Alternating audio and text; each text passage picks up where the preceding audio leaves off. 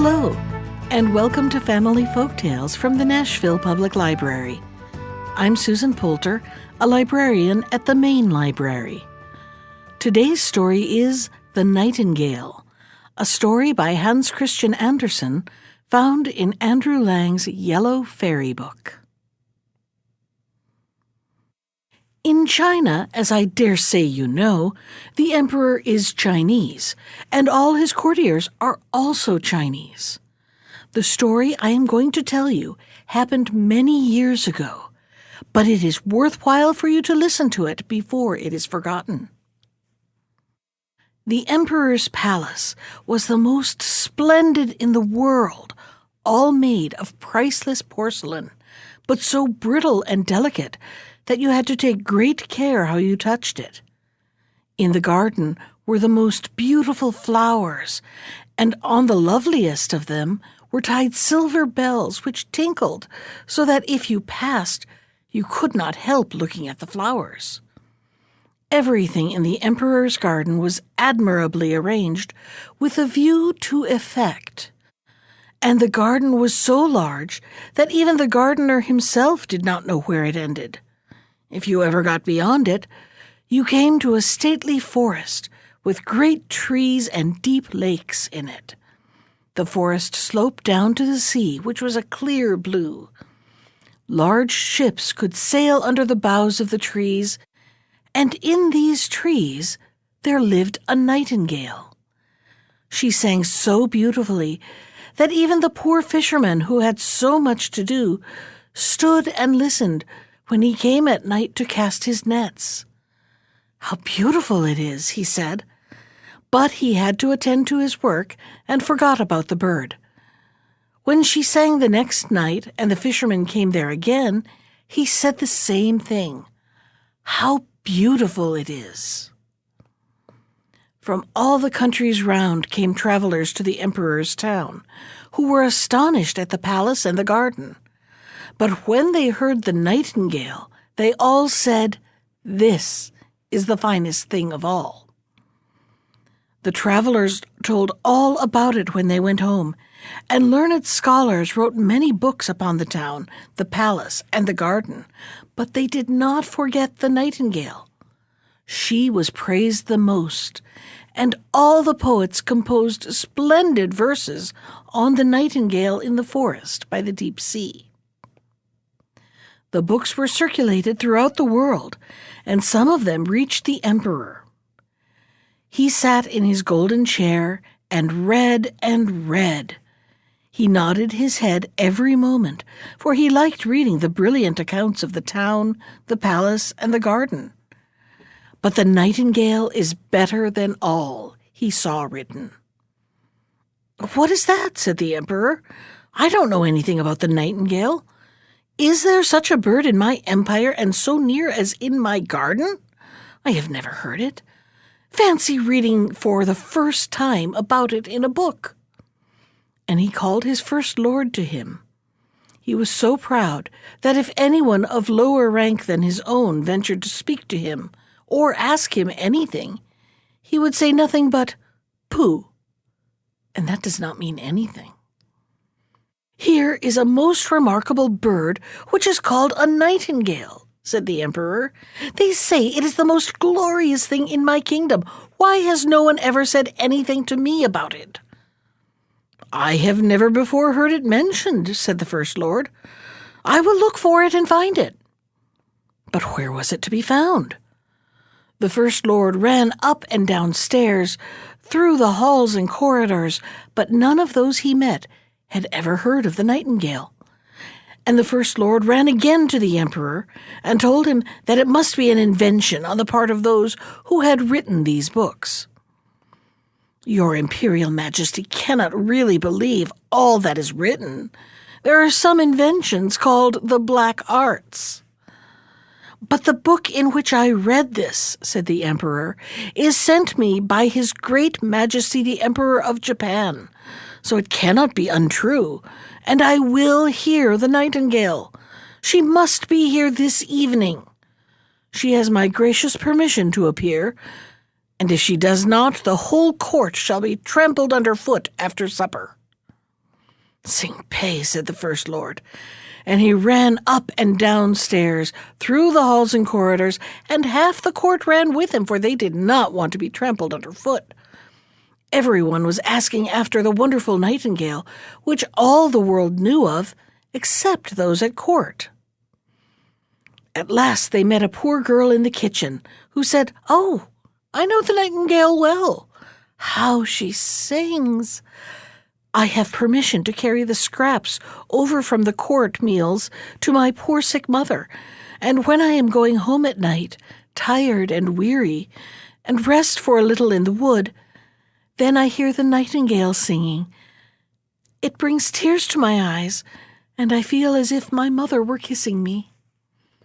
"Little kitchen maid," said the First Lord, "I will give you a place in the kitchen, and you shall have leave to see the Emperor at dinner, if you can lead us to the nightingale, for she is invited to come to court this evening." And so they all went into the wood where the nightingale was wont to sing, and half the court went too. When they were on the way, they heard a cow mooing. "Oh," said the courtiers, "now we have found her. What a wonderful power for such a small beast to have! I am sure we have heard her before." "No, that is a cow mooing," said the little kitchen maid.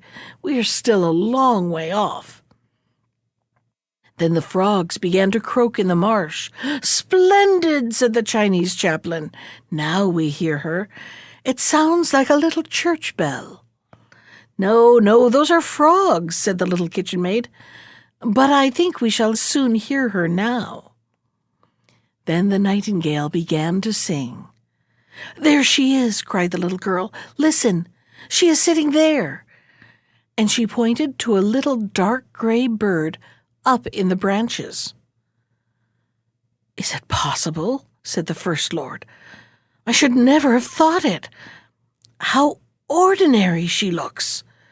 She must surely have lost her feathers, because she sees so many distinguished men around her." "Little Nightingale," called out the little kitchen maid, "our gracious Emperor wants you to sing before him." "With the greatest of pleasure," said the nightingale, and she sang so gloriously that it was a pleasure to listen. "It sounds like glass bells," said the First Lord, "and look how her little throat works. It is surprising that we have never heard her before. She will be a great success at court." "Shall I sing once more for the Emperor?" asked the nightingale, thinking that the Emperor was there. "My esteemed little nightingale," said the First Lord, "I have the great pleasure to invite you to court this evening, where His gracious Imperial Highness will be enchanted with your charming song." "It sounds best in the green wood," said the nightingale, but still she came gladly when she heard that the Emperor wished it. At the palace everything was splendidly prepared. The porcelain walls and floors glittered in the light of many thousand gold lamps. The most gorgeous flowers, which tinkled out well, were placed in the corridors. There was such a hurrying and draught that all the bells jingled so much that one could not hear oneself speak. In the center of the great hall where the Emperor sat was a golden perch on which the nightingale sat. The whole court was there, and the little kitchen maid was allowed to stand behind the door now that she was a court cook. Everyone was dressed in his best, and everyone was looking towards the little gray bird, to whom the Emperor nodded. The nightingale sang so gloriously that the tears came into the Emperor's eyes and ran down his cheeks. Then the nightingale sang even more beautifully. It went straight to all hearts. The Emperor was so delighted that he said she should wear his gold slipper round her neck. But the nightingale thanked him and said she had had enough reward already. "I have seen tears in the Emperor's eyes. That is a great reward. An emperor's tears have such power." Then she sang again with her gloriously sweet voice. "That is the most charming coquetry I have ever seen," said all the ladies round. And they all took to holding water in their mouths, that they might gurgle whenever anyone spoke to them. Then they thought themselves nightingales. Yes, the lackeys and chambermaids announced that they were pleased, which means a great deal, for they are the most difficult people of all to satisfy. In short, the nightingale was a real success. She had to stay at court now. She had her own cage and permission to walk out twice in the day and once at night. She was given 12 servants, who each held a silken string which was fastened round her leg. There was little pleasure in flying about like this. The whole town was talking about the wonderful bird, and when two people met each other, one would say nightin and the other gale, and then they would both sigh and understand each other. Yes, and 11 grocers' children were called after her, but not one of them could sing a note. One day the emperor received a large parcel on which was written, "The Nightingale." "Here is another new book about our famous bird," said the emperor. But it was not a book, but a little mechanical toy which lay in a box, an artificial nightingale which was like the real one, only that it was set all over with diamonds, rubies, and sapphires. When it was wound up, it could sing the piece the real bird sang, and moved its tail up and down, and glittered with silver and gold. Round its neck was a little collar on which was written, "The nightingale of the Emperor of Japan is nothing compared to that of the Emperor of China." "This is magnificent," they all said, and the man who had brought the clockwork bird received on the spot the title of Bringer of the Imperial First Nightingale. "Now they must sing together. What a duet we shall have!" And so they sang together, but their voices did not blend, for the real nightingale sang in her way, and the clockwork bird sang waltzes. "It is not its fault," said the bandmaster. "It keeps very good time, and is quite after my style." Then the artificial bird had to sing alone. It gave just as much pleasure as the real one, and then it was so much prettier to look at. It sparkled like bracelets and necklaces. 33 times it sang the same piece without being tired. People would like to have heard it again, but the emperor thought that the living nightingale should sing now. But where was she? No one had noticed that she had flown out of the window away to her green woods. "What shall we do?" said the emperor. And all the court scolded and said that the nightingale was very ungrateful. "But we still have the best bird," they said, and the artificial bird had to sing again, and that was the 34th time they had heard the same piece. But they did not yet know it by heart. It was much too difficult, and the bandmaster praised the bird tremendously. Yes, he assured them it was better than a real nightingale, not only because of its beautiful plumage and diamonds, but inside as well. "For see, my lords and ladies, and your imperial majesty, with the real nightingale one can never tell what will come out, but all is known about the artificial bird. You can explain it, you can open it, and show people where the waltzes lie, how they go, and how one follows the other." "That's just what we think," said everyone, and the bandmaster received permission to show the bird to the people the next Sunday. They should hear it sing, commanded the emperor. And they heard it, and they were as pleased as if they had been intoxicated with tea after the Chinese fashion. And they all said, "Oh," and held up their forefingers and nodded in time. But the poor fisherman who had heard the real nightingale said, "This one sings well enough, the tunes glide out, but there's something wanting. I don't know what." The real nightingale was banished from the kingdom. The artificial bird was put on silken cushions by the emperor's bed. All the presents which it received, gold and precious stones, lay round it, and it was given the title of Imperial Night Singer #1 on the left hand, for the emperor counted that side as the more distinguished, being on the side where the heart is. The emperor's heart is also on the left. And the bandmaster wrote a work of 25 volumes about the artificial bird. It was so learned, long, and so full of the hardest Chinese words that everyone said they had read it and understood it. For once they had been very stupid about a book, and had been trampled underfoot in consequence. So a whole year passed. The emperor, the court, and all the Chinese knew every note of the artificial bird's song by heart. But they liked it all the better for this. They could even sing with it, and they did. The street boys sang tra-la-la-la-la, and the emperor sang too sometimes. It was indeed delightful. But one evening, when the artificial bird was singing its best and the emperor lay in bed listening to it, something in the bird went crack. Something snapped. Whirr! All the wheels ran down, and then the music ceased. The emperor sprang up and had his physician summoned, but what could he do?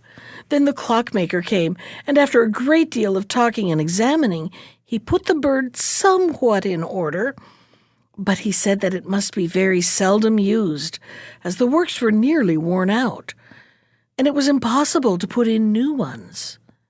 Here was a calamity. Only once a year was the artificial bird allowed to sing, and even that was almost too much for it. But then the bandmaster made a little speech full of hard words, saying that it was just as good as before. And so, of course, it was just as good as before. So 5 years passed, and then a great sorrow came to the nation. The Chinese looked upon their emperor as everything, and now he was ill, and not likely to live, it was said. Already a new emperor had been chosen, and the people stood outside in the street and asked the First Lord how the old emperor was. "Pooh," said he, and shook his head. Cold and pale lay the emperor in his splendid great bed. The whole court believed him dead, and one after the other left him to pay their respects to the new emperor. Everywhere in the halls and corridors, cloth was laid down so that no footstep could be heard, and everything was still, very, very still, and nothing came to break the silence. The emperor longed for something to come and relieve the monotony of this death-like stillness. If only someone would speak to him. If only someone would sing to him. Music would carry his thoughts away and would break the spell lying on him. The moon was streaming in at the open window, but that too was silent, quite silent.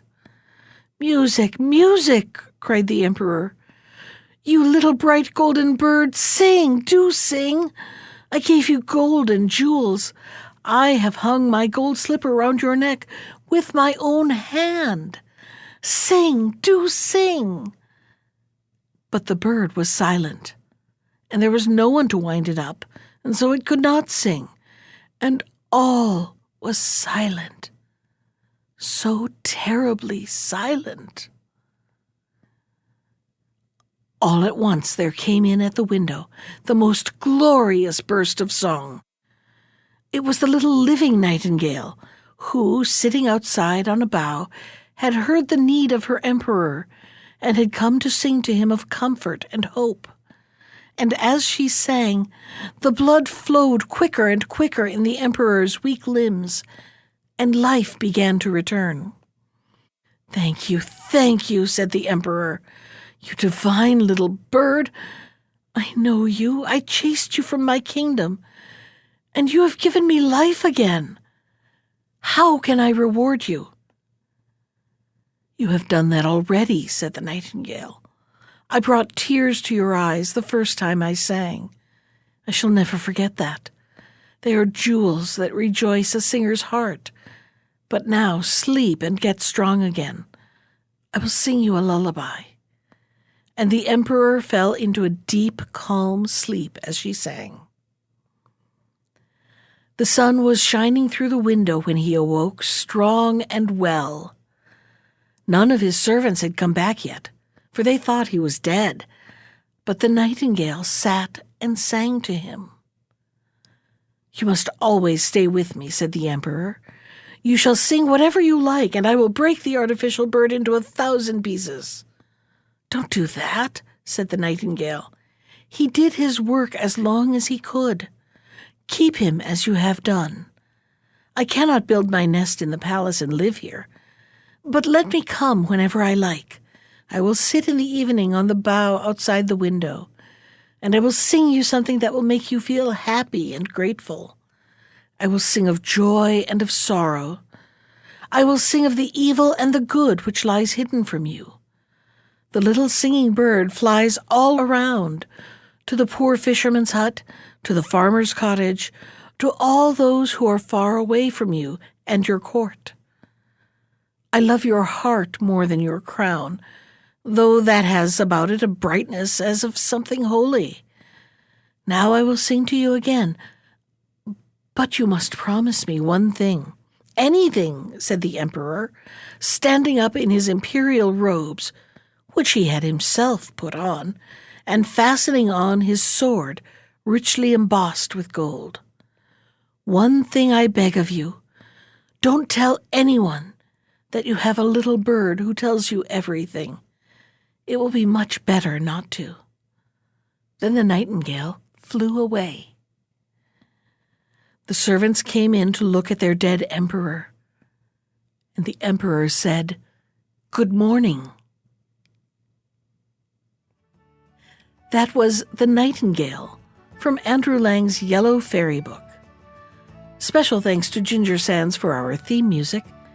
You can find more of Ginger's music at iTunes or on her website at www.gingersands.com. And if you'd like to comment on today's story, send me an email. I can be reached at susan.poulter, that's Poulter, at nashville.gov. Thanks for listening.